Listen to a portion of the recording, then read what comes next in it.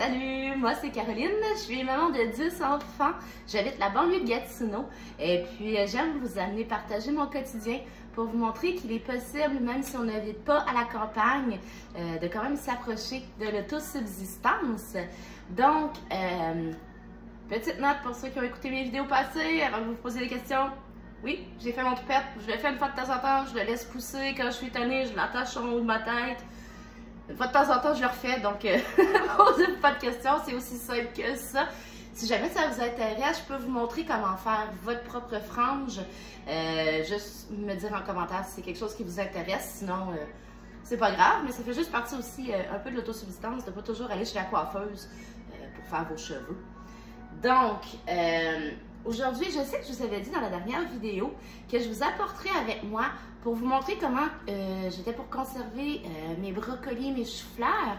Mais présentement, il est 14h39.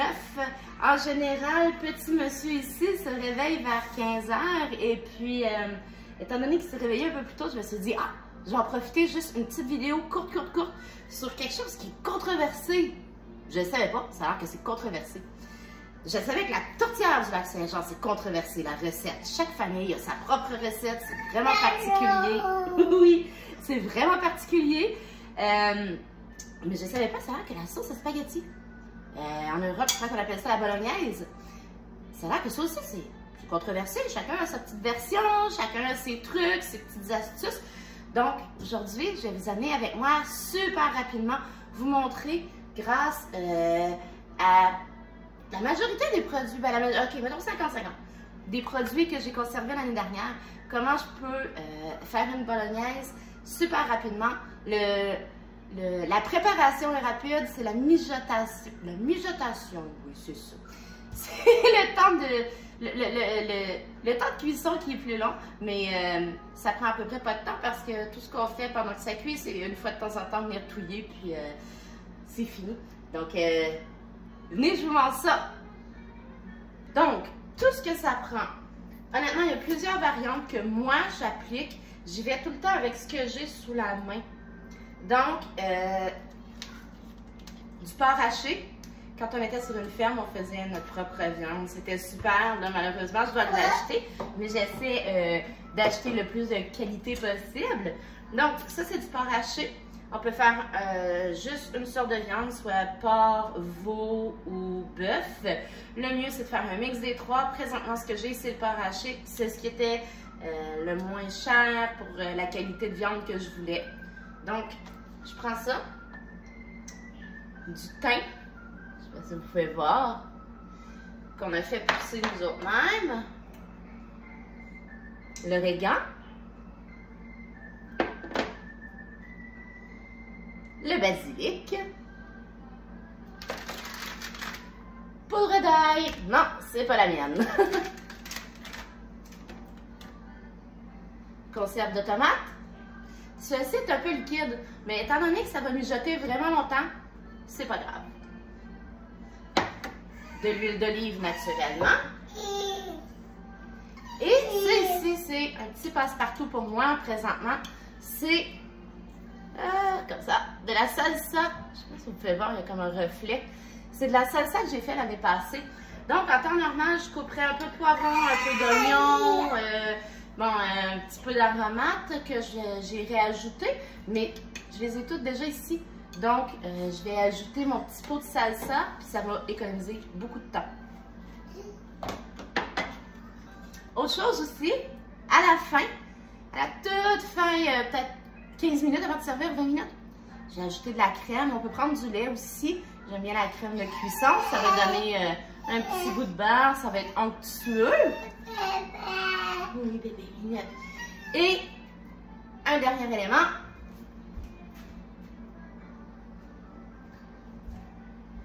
Celui-ci est non obligatoire. Il peut être blanc, comme il peut être rouge. Une fois que je vais avoir fait cuire ma viande, je vais vous montrer ici pour déglacer un peu de vin blanc. Vraiment pas une étape obligatoire, mais je trouve que ça donne un goût supplémentaire. Un petit kick, un petit quelque chose qui est super le fun à aller chercher. Donc, on commence ça ensemble. Donc, je vais partir mon rond quand même assez fort. Toutes les poils sont différents. Là. Donc, si je dis aïe, si je dis 8, si je dis 7, ça veut rien dire. Mais en haut de la moitié, mais pas dans le tapis non plus. Je vais ouvrir mon sac ici.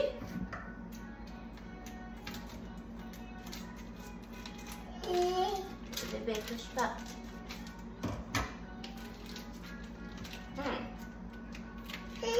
Oui.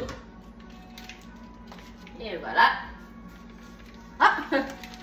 Blooper! Je me rends compte que j'ai pas ouvert le bon rond. On ouvre le suivant.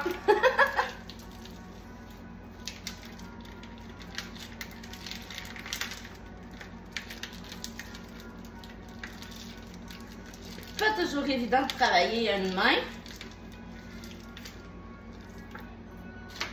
Mais après 10 petits bébés, je suis rendue un peu plus habituée. Je vais rajouter mon huile d'olive. Même si le pain arraché est quand même assez gras, j'ajoute quand même un peu d'huile d'olive parce qu'au début, ça colle toujours au fond. Donc, en plus, ça donne un bon goût. Oui, l'huile. Touche pas, bébé. Ah.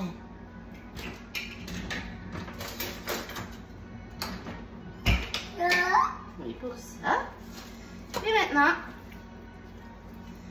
je vais défaire la viande en même temps qu'elle cuit.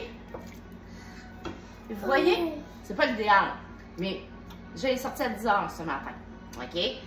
D'habitude, je le fais la veille ou au pire, très tôt le matin si j'ai oublié la veille. Pas ce matin. Donc, même si elle est un peu encore gelée au centre, c'est vraiment pas grave. Donc, si vous vous posez la question, là, c'est pas grave s'il reste un petit peu de partie qui est gelée.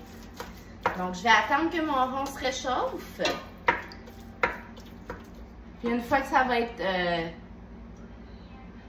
pas mal cuit, je dirais un bon 80-85 %, je vous reviens pour la prochaine étape. C'est pas mal de tout cuit sur quelques petits morceaux, surtout au niveau du centre qui était gelé. Donc, la prochaine étape, c'est d'aller prendre mon vin. Comme je disais, il y en a que c'est du rouge, il y en a que c'est du blanc. J'ai fait du rouge vraiment longtemps. Finalement, pour avoir exploré le blanc, je pense que j'aime mieux le blanc.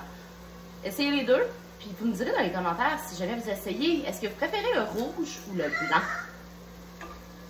Voilà. Je vais mettre le verre de blanc. Là, je dois attendre que ça revienne à ébullition puis que ça réduise un peu. Oui, bébé. Attention, c'est chaud. Tu veux voir? Hein? Oh, chaud. Voilà, ça commence à réduire. Pendant ce temps-là, j'ai ouvert mes canages. En premier, mon pot de sauce tomate. Honnêtement, celui-là, il est un peu liquide. Je dirais plus soupe tomate, pas soupe, mais jus de tomate quasiment. Mais c'est pas grave parce que ça va tellement cuire lentement que ça va vraiment beaucoup réduire. S'il vous plaît! Le pot de salsa, comme je vous dis, pas obligatoire de l'avoir celui-là. Faites juste vous couper des poivrons, des oignons, puis mettez les aromates que vous aimez. Si vous les aimez épicés, moi c'est un peu épicé. Les bébés ne mangent pas épicé, donc on en rajoute dans notre assiette au moment de servir ceux qui veulent manger épicé, parce que sinon les bébés en mangeraient pas du tout. Voilà, ça a quand même bien réduit. La viande est bien cassée en morceaux. Donc, je vais commencer par ajouter mes fines herbes. Puis là, on y va selon le goût, OK? Moi, là, je mesure surtout dans ma main parce que je sais exactement qu'est-ce que les enfants aiment. En masse d'origan. Le basilic. Une sauce à spaghetti, pas de basilic. Non, il faut du basilic. Voilà. Un peu de temps, mais pas trop. Fais ça, bébé. Comme ça. Là, pour l'ail. Normalement, l'ail, je la prendrais fraîche. J'ai celle-là, je vais la passer le plus vite possible. Donc, c'est ce que je prends pour le moment. Une bonne quantité quand même. Un peu de sel et de poivre.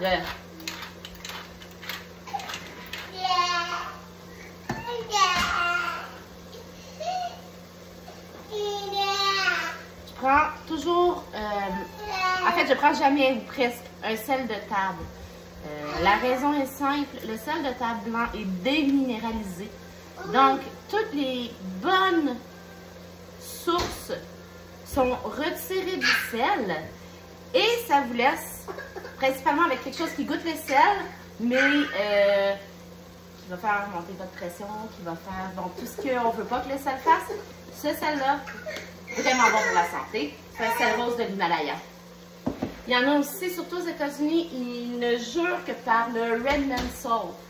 C'est juste un instant ici. C'est vraiment bon. Sauf que moi, pour le faire venir, ça me coûterait une fortune, tandis que celui-là ne me coûte pas trop cher. Donc, je vais tout venir mélanger ici. Comme ça. Oh, wow, ça sent tellement bon. Comme ça. Ramassez, bébé. Là, je vais venir rajouter mes 2 canages ici. Comme ça. L'autre ici. Que là, normalement, j'ajouterai mes légumes.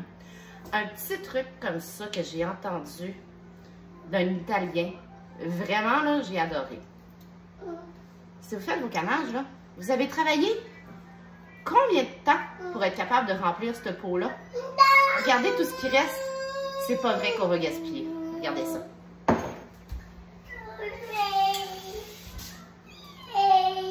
Voilà. Je mets un mini fond d'eau. Chouch, chouch, chouch. Comme ça. Encore ici. Et voilà. J'ai encore plein de bons liquides. Pas vrai qu'on va gaspiller tout le travail qu'on a fait. On vient mélanger comme ça. Très liquide présentement, je sais. Très, très liquide. Mais ça va mijoter tellement longtemps, ça va tout réduire, ça va concentrer les saveurs, ça va être excellent. Là, dépendamment de vos goûts, vous pouvez laisser ça tel quel, le laisser réduire, comme je disais, pour concentrer les saveurs. Mes enfants préfèrent une sauce avec un goût légèrement plus sucré. Donc, voilà ce qu'on peut ajouter. Je vous reviens avec ça dans 2 secondes. Cassonade. J'ai essayé la cassonade, le sirop d'érable, le miel, le ketchup. Le sirop d'érable, c'est ce que les enfants préfèrent. On n'est définitivement pas rendu à la fin du mois de juillet dans la saison des érables. Donc, un peu de cassonade. Ça va couper l'acidité de la tomate. On le sait, là, la tomate est un peu acide. J'ai rajouté un pot de salsa. La salsa, c'est acide. Le vin. Bon. Donc, à cause de ça, j'ai ajouté un peu de cassonade. Ça leur donne une petite impression d'un peu plus sucré. C'est pas mauvais non plus. Et voilà. Il est rendu 15 heures. J'ai déjà terminé. Simple comme ça. Maintenant, je la laisse mijoter. Je viens brasser à la cuillère. Je viens touiller aux 30 minutes environ. Faire sûr que ça colle pas au fond. Puis, je vous reviens juste avant le souper pour ajouter la crème puis vous montrer le résultat final avec les pâtes. Oh! Un petit ajout. J'ai oublié. Baissez votre rond. Ça, c'est vraiment trop fort. Je veux que ça mijote. Là, ça bouillonne, c'est trop. On le descend presque au minimum. Ce que je veux atteindre, c'est juste un léger petit bouillon. Il faut qu'il y ait encore des petites bulles qui se forment à la surface, mais définitivement pas comme ça. Ça, c'est vraiment trop. Donc, on le baisse, on l'oublie, on le laisse à découvert. On revient aux 30 minutes et voilà. On est rendu autour de 17 h. Voilà la texture. Comme vous voyez, les liquides ont vraiment été bien absorbés. La viande est un peu grossière parce que c'est du porc. Si ça avait été du veau, du bœuf ou un mix, ce serait beaucoup plus fin. Mais là, c'est ce que j'avais sous la main. Donc, je vais ajouter la crème.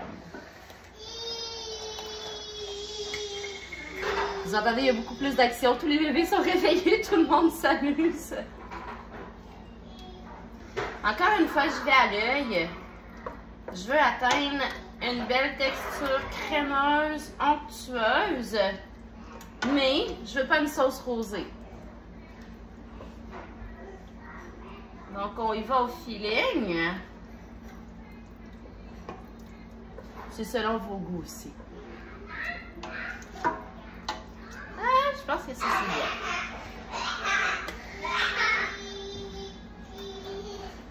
Voilà. J'ai mis de l'eau à bouillir. Donc, quand ça va être prêt, je vais égoutter les pâtes. Et puis, je vais servir et je vais vous montrer le résultat final. Et voilà le résultat. On peut râper un peu de parmesan sur le dessus. Mettre un peu plus de sauce sur le dessus également. C'est au goût de chacun. Mais pour mes enfants, je sais que moi ça, c'est suffisant et satisfaisant. Alors, bon appétit. On se revoit bientôt. Ciao!